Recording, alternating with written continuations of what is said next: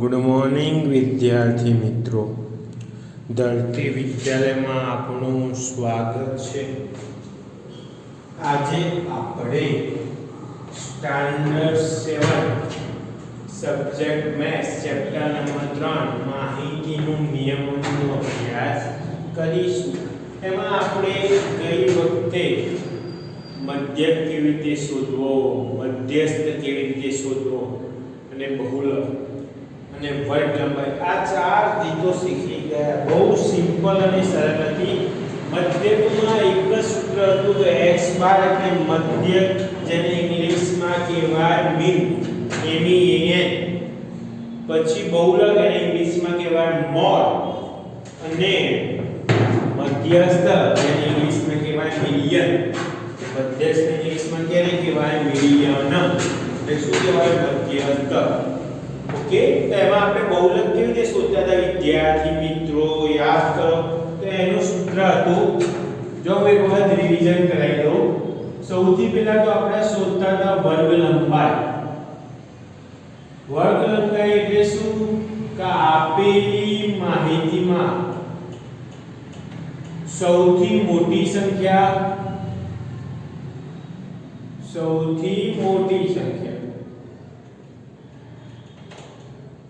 Minus સૌથી નાની સંખ્યા.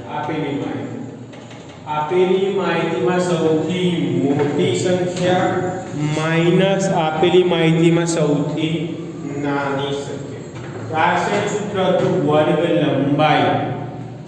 હવે બીજું હતું x બાર, જેને શું કહેવાય મધ્યક.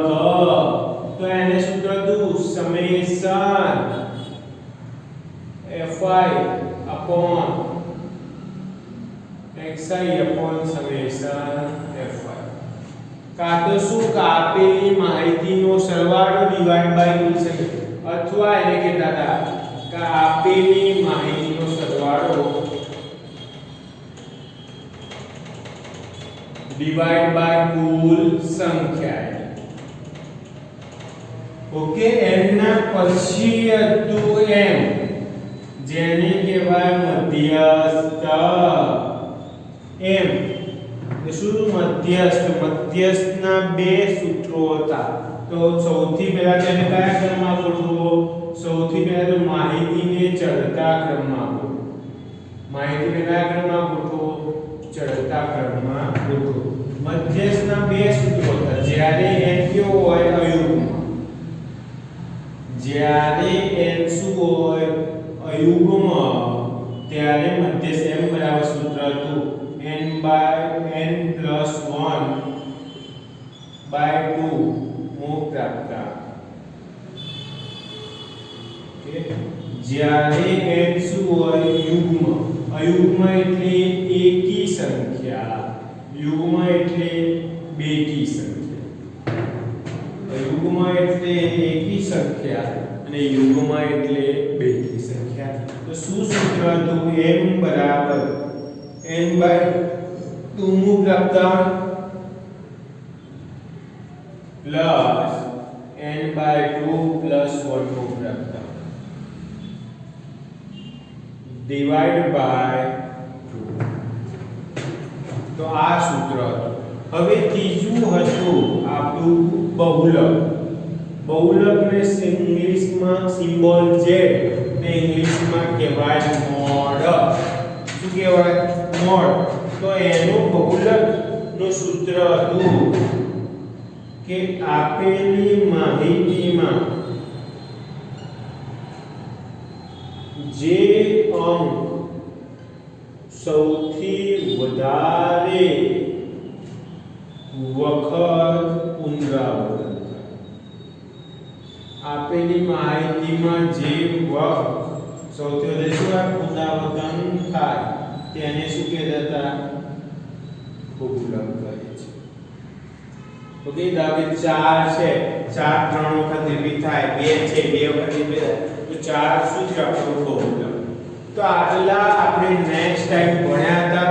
મેં ફરીથી તમને એક વખત રિવિઝન કરાવી દીધું. ધ્યાનથી જોજો એટલે તમને આવડી જશે.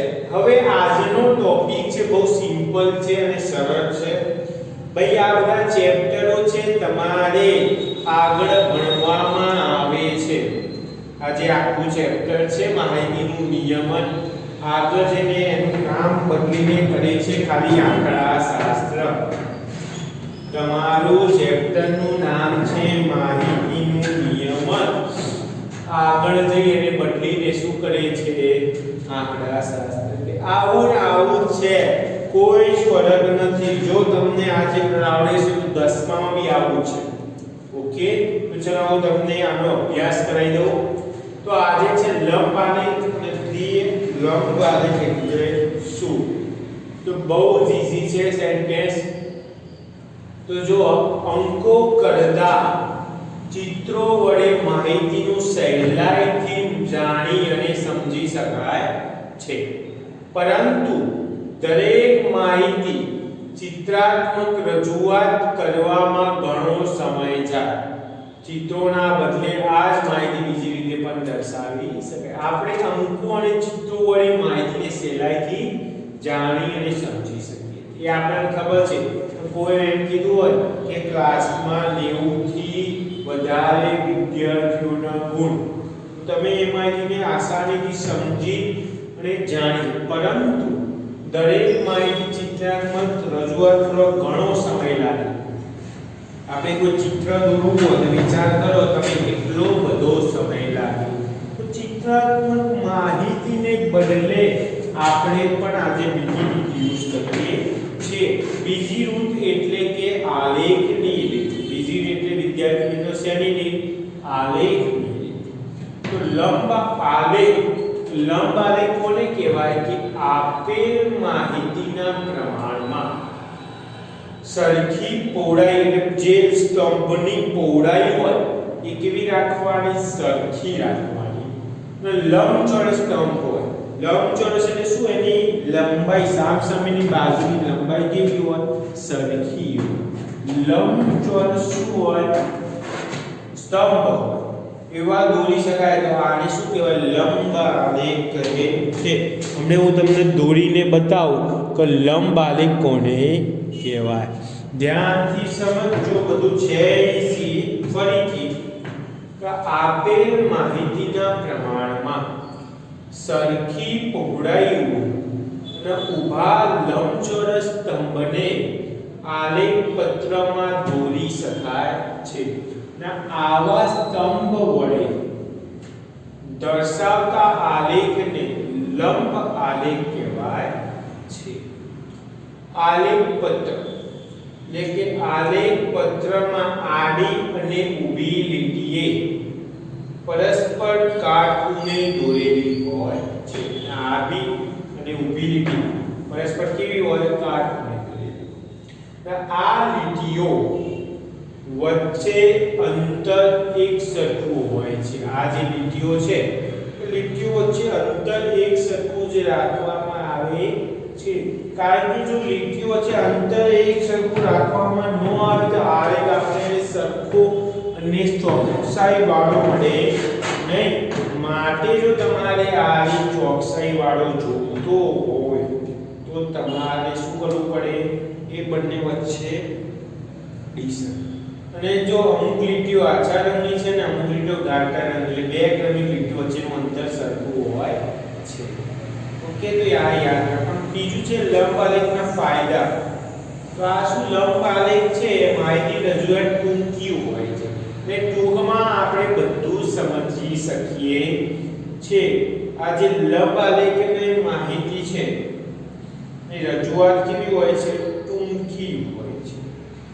માહિતીને લાંબા સમય સુધી યાદ કરી શકાય. કારણ કે આમાં લંબ આલેખમાં દર્શાવવા માટે આપણે સમય પણ કેવો લાગે? ઓછો લાગે. લંબ આલેખને દર્શાવવા માટે આપણે સમય પણ ઓછો લાગે છે. જો ભાઈ આ મેથ્સ છે ને યાદ રાખો છે. શું છે? યાદ રાખો. કે તમારે ધ્યાનથી જોવાનું. મેં શું કીધું તું? તો યાદ રાખવું, જે લખાવું મતલબ જે સમજાવો એ તમારે થી અહીંયા તમને મેં સેન્ટેન્સ સ્વરૂપમાં લખ્યું છે એટલે તમને વધારે ખબર નહીં પડે, પણ જ્યારે હું તમને દાખલા ચલાવીશ એટલે તમારે બધું જ ખબર પડી જાય કે x અક્ષ ઉપર શું લેવું, y અક્ષ ઉપર શું લેવું, અંતર કેટલું રાખવું, એ બધી જ તમને ખબર પડી જશે. પછી બે માહિતી વચ્ચે તુલના સરળ હોય છે. આપણે બે માહિતી વચ્ચે સરખામણી આસાનીથી કરી શકીએ છીએ. કેવી રીતે? આલેખ જોઈએ, કારણ કે આલેખમાં પહોળાઈ સરખી હોય, ઊંચાઈ અલગ અલગ હોય, y અક્ષ અલગ હોય, તો માટે આપણે આસાનીથી તમને જોઈ શકીએ.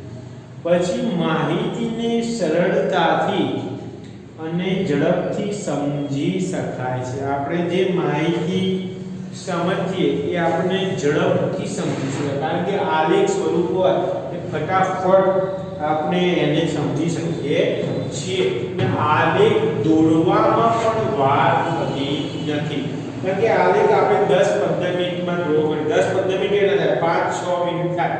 જ્યારે તમે આકૃતિ સ્વરૂપે દોરો તો 5-6 મિનિટની જગ્યાએ 1 કલાક પણ લાગી શકે, તો એ અઘરું થઈ જાય, સમય પણ વધારે જાય.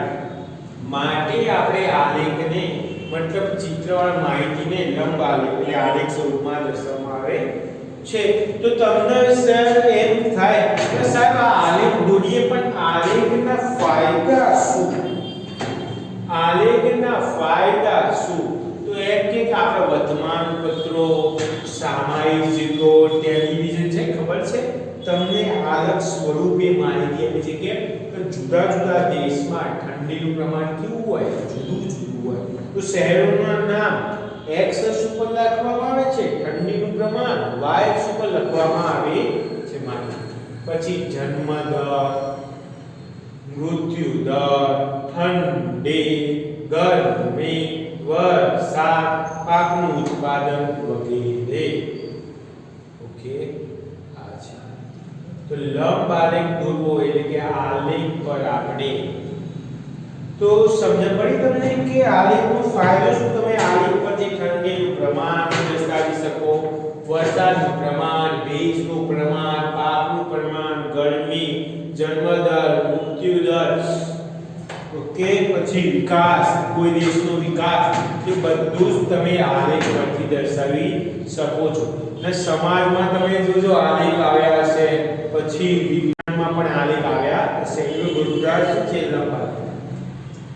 પછી લંબ આલેખ કેવી રીતે દોરવો, તમને ફાયદા તો મેં બતાવી દીધા. પછી એમ થાય કે સર આ લંબ આલેખ કેવી રીતે દોરવો? તો તમને એમ થાય કે આલેખ પર આપણે દોરેલી આડી રેખાને કઈ કહેવાય? x અક્ષ. ના આલેખ પર જે ઊભી દોરીએ એને શું કહેવાય? y અક્ષ. ના આલેખ પર બે કે તેથી જો વધારે સરખામણી કરવામાં આવે તો કયો આલેખ દોરવામાં આવે છે? દ્વિલંબ. આલેખ પર બે કે તેથી વધારેની સરખામણી, અહીંયા હજી મેં લાઈન દોરી, દ્વિલંબ આલેખ રજૂઆત કહેવાય છે. ધારો કે કોઈ ક્લાસમાં બે છોકરાઓની કમ્પેરિઝન કરવી હોય તો એ બંનેના માર્ક્સ, બંનેનું વર્તન, બધા જ ગુણો શું કરવામાં આવે છે? ચકાસવામાં આવે છે. સામાન્ય રીતે x અક્ષને ગુણાત્મક માહિતી એટલે કે વિષયો કેટલા, પછી તાપમાન હોય તો તાપમાન y અક્ષ પર સંખ્યા છે, તો વિષયો, પછી પાકના નામ, એ બધું જ કોના પર દર્શાવવામાં આવે છે? x અક્ષ ઉપર. ખેલાડીઓના નામ, પુસ્તક, એ બધું જ. ને y અક્ષ ઉપર આંકડાકીય સંખ્યાત્મક માહિતી દર્શાવવામાં આવે. આ બંને y અક્ષ ઉપર કઈ માહિતી દર્શાવવામાં આવે છે વિદ્યાર્થી મિત્રો? સંખ્યા. અને y અને x બંને જે છે તેને શું કહે છે? ઉગમ બિંદુ. Okay, clear? તો આપણે ચાલુ કરીએ આપણો દાખલો. ઓકે, ચલો વિદ્યાર્થી મિત્રો, હવે આપણે આલેખ તરફ જઈએ. આલેખ દોરવાના છે. હું તમને આ 3 આલેખ દોરાઈશ ને તમને લંબ આલેખ દોરતા ફાવી જશે. તો આપણે સ્વાધ્યાય 3.3 પ્રેક્ટિસ વર્કનું છે ધ્યાનથી સમજો. હું તમને હવે દરેકના 3 બાકી તમારે પ્રેક્ટિસ જાતે કરવાની રહેશે. તો પહેલો છે કે નીચે કેટલાક શહેરનું કોઈ એક વર્ષનું ચોક્કસ દિવસનું તાપમાન દર્શાવેલ છે. પ્રમાણમાં 1 સેમી બરાબર 5 સેલ્સિયસ તાપમાન છે. તો માહિતીનો લંબ આલેખ તૈયાર કરો. શહેર છે શ્રીનગર, મુંબઈ, બેંગલુરુ, દિલ્હી અને જોધપુર. તાપમાન છે 28, 32, 37, 41 46. શ્રીનગરનું તાપમાન છે 28, મુંબઈ 32, બેંગલુરુ 37, દિલ્હી 41, જોધપુરનું 46. તો હંમેશા તમને મેં કીધું હતું કે ઊભી રેખા દોરો. ચલો સ્કેલ થી દોરો એટલે વ્યવસ્થિત આવે. સ્કેલ છે અહીંયા મારી જોડે. તમારે પણ આ આલેખ પેપર ઉપર દોરવાનું છે. આ કયા પેપર પર દોરવાનું છે? આલેખ પેપર. ઓકે, સમજો સ્કેલ નો યુઝ કરું છું. તમારે પણ આલેખ પેપર આવે છે ને A4 સાઈઝ ના, એમાં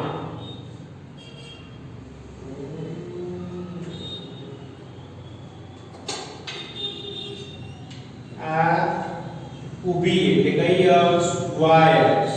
આપણે કીધું હતું ને. હવે એક આડી દોરીએ. આડી હે ને, એક ઊભી તો એક આડી.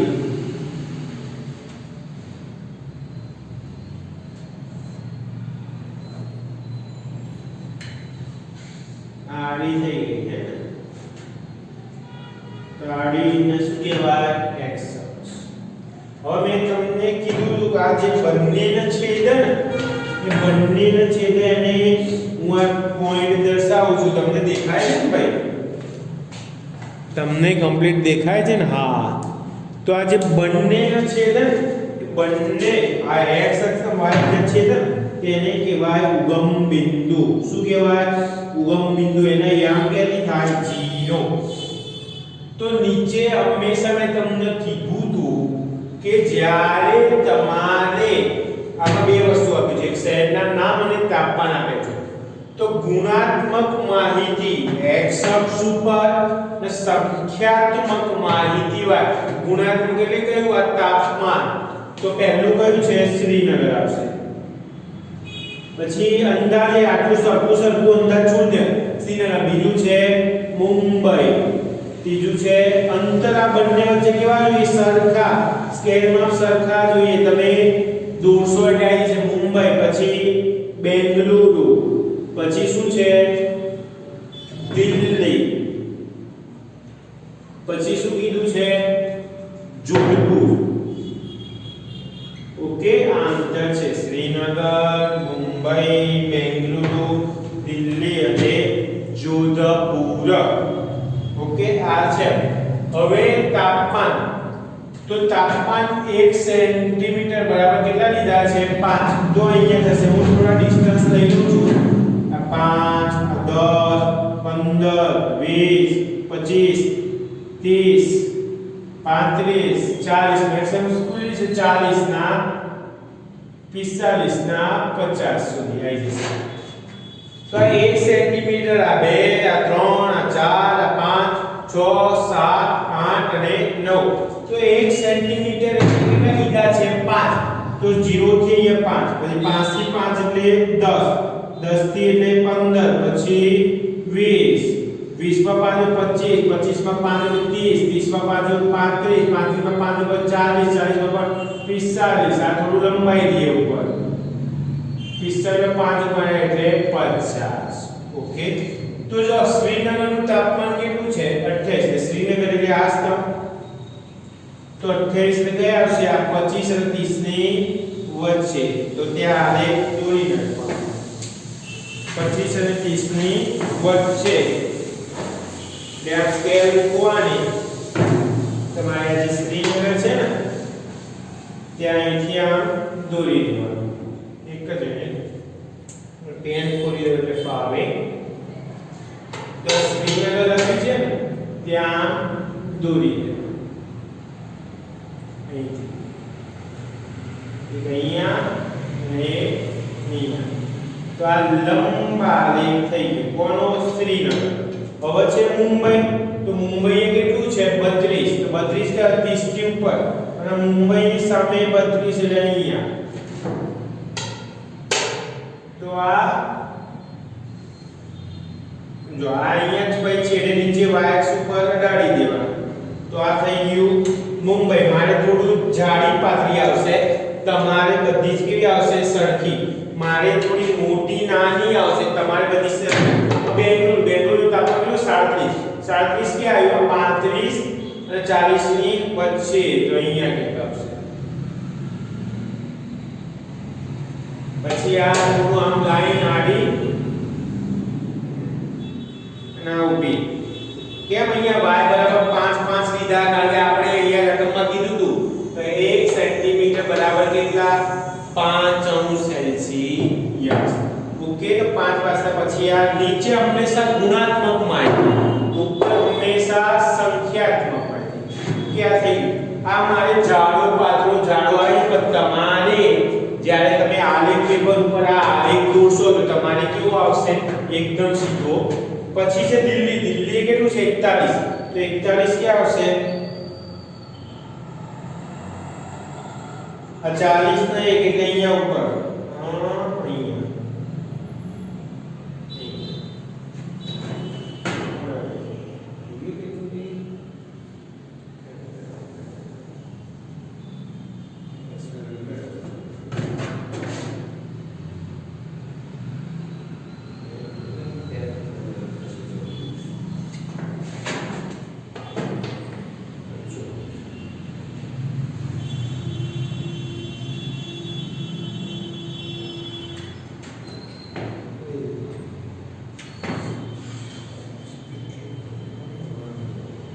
પછી જોધપુર. જોધપુર એ કેટલા છે? 46. 46 કે આવશે? અહીંયા 45 માં એક નહીં.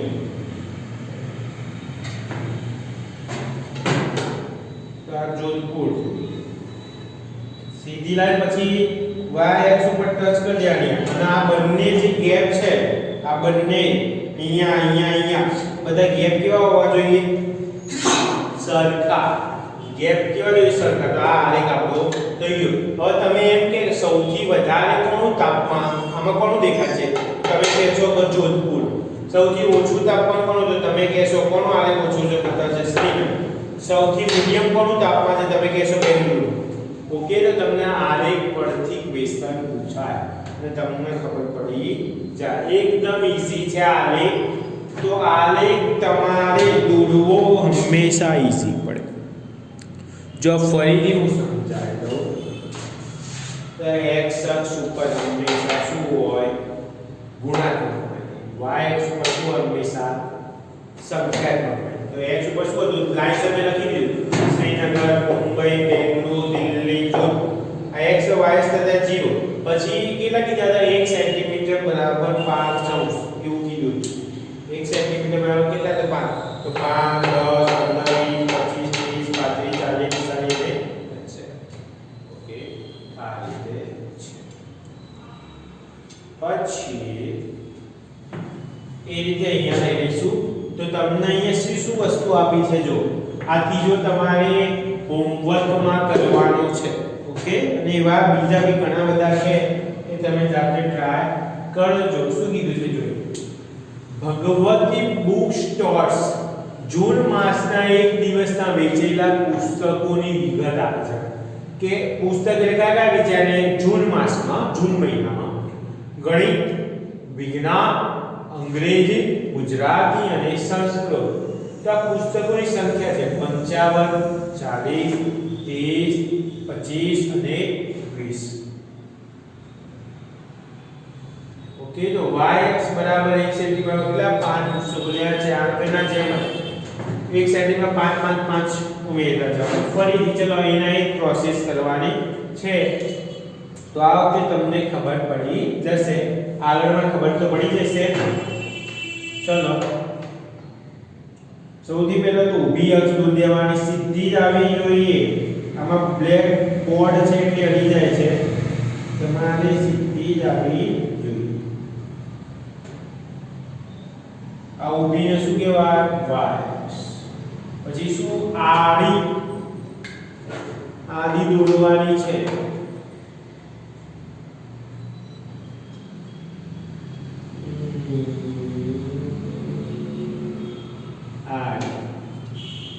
આડી એટલે કઈ થઈ? x અક્ષ.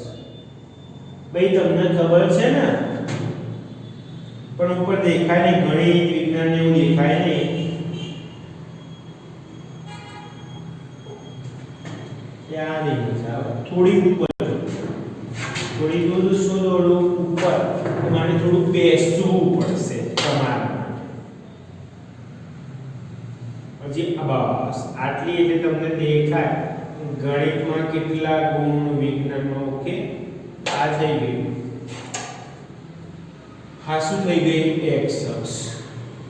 ભાઈ દેખાય છે તમને? તો ઉપર વાત જ્યાં છે તે શું લખી દેવાનું? 0. જ્યાં છે તે ત્યાં શું લખી દેવાનું? 0. આ x અને y શું થઈ ગયા? 0.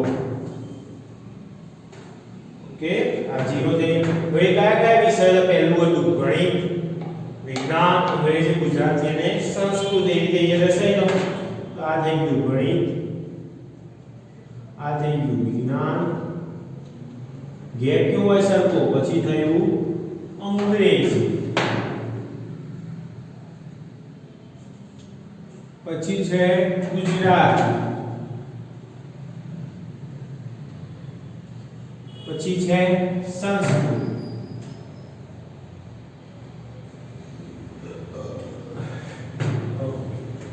હવે પુસ્તકોની સંખ્યા છે.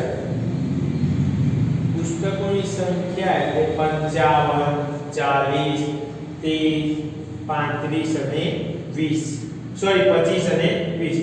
એટલે 1 સેન્ટીમીટર બરાબર કેટલા કીધા છે આપણે? 5 પુસ્તકો કીધા છે. કે તમારે 1 સેન્ટીમીટર કેટલા લેવાના? 5. તો 0 થી કેટલા થશે? 5, 10, 15, 20, 30, 40, 45, 50, 55 અને 60. મેક્સિમમ 50 સુધી તમે 60 થશે યાદ લખી દઈએ.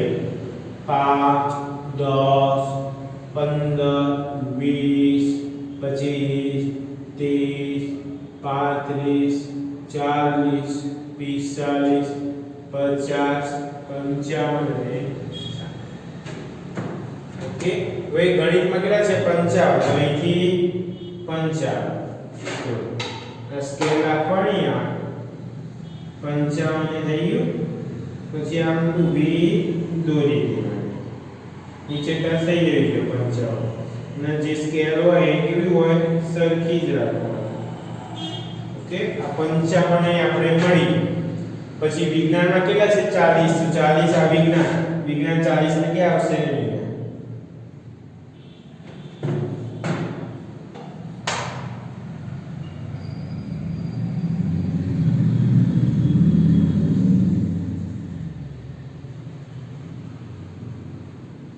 विज्ञान 40 से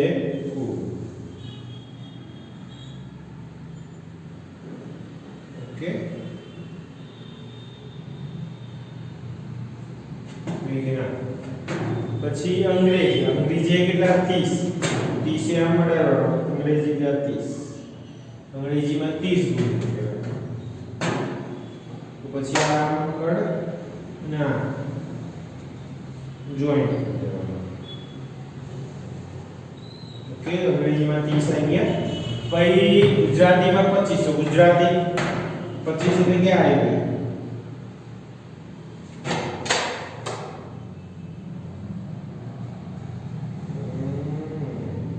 થોડું વધારે ગયું. પછી છે સંસ્કૃત એટલે 20. 20 કે અહીં મારે થોડું મોટો સ્તંભ એ બધું થશે. આ લંબચોરસ સ્તંભ થયું ને, બધા જ કેવા થયા? લંબચોરસ. સામે બાજુ લંબાઈ કેવી? સરખી. પણ હંમેશા જો મારે એક જાડો, એક પાતળો, એક જાડો, પાતળો, જાડો થાય છે, તમારે ત્યાં બધા સરખા પહોળા આવશે, કારણ કે તમારે આ રીતે પણ હશે. ઓકે, તો આડી પર ગુણાત્મક જેટલા અક્ષ કીધા ને ત્યાં એટલાના ઘેર રાખી દેવા. 5 કીધા ને 5 10 15 20 25 30 35 40 50 60 55 જેમ કીધું એમ આને પૂરતું જવાનું. આ ત્રીજો તમે હોમવર્કમાં કરજો. ઓકે, આ હું તમને હોમવર્કમાં આપું છું. મને લખીને વ્યવસ્થિત હોમવર્ક કરજો. ઓકે, આટલું રાખીએ છીએ. ચલો.